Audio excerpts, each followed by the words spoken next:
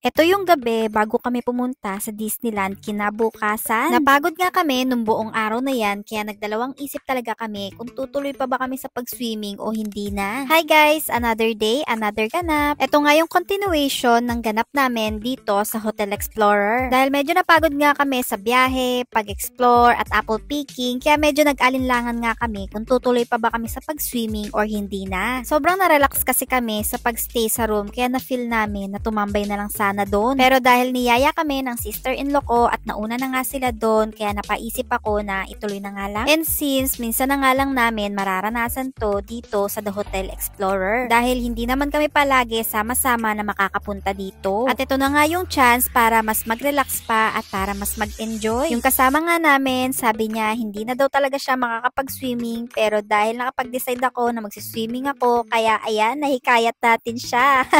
Dito nga, hindi talaga kayo papapasukin kapag wala kayong dalang rash guard. Medyo mahigpit nga sila dito pagdating sa swimwear. Kaya dapat naka-swimsuit ka talaga o kaya naka-rash guard. At bago nga din pumasok sa swimming area, kailangan nga muna na mag-shower. Since may shower area talaga bago mag-pool, kaya sumunod na kami sa rules. Yung tubig nga dito ay sobrang warm lang, kaya sobrang ma-feel talaga namin yung pagligo. Sobrang saya dahil hindi ganun karami yung naliligo dito no mga time na yan. At bukod doon, hindi ka lang puro langoy dahil marami din pa activity katulad na lang ng mga slides. At water gun na nakalagay dyan sa boat na nasa likod namin. At syempre, lahat ng pa-activities nga dyan, sinubukan talaga namin. Meron pa nga dyang slide na sobrang haba, sayang nga lang hindi ko na nakuhanan ng video dahil walang magtitake. Pero okay lang din dahil hindi naman sa lahat ng bagay kailangan kuhanan ng video. Ang mahalaga, nagkaroon kami ng masayang memories ng mga araw na yan. Sobrang nag-enjoy nga kami ng mga time na yan, kaya sabi ko sa sarili ko, grabe, buti na lang talaga at tinuloy namin. Napasabi nga ako sa sarili ko niyan na ang sarap pala ng ganito, no?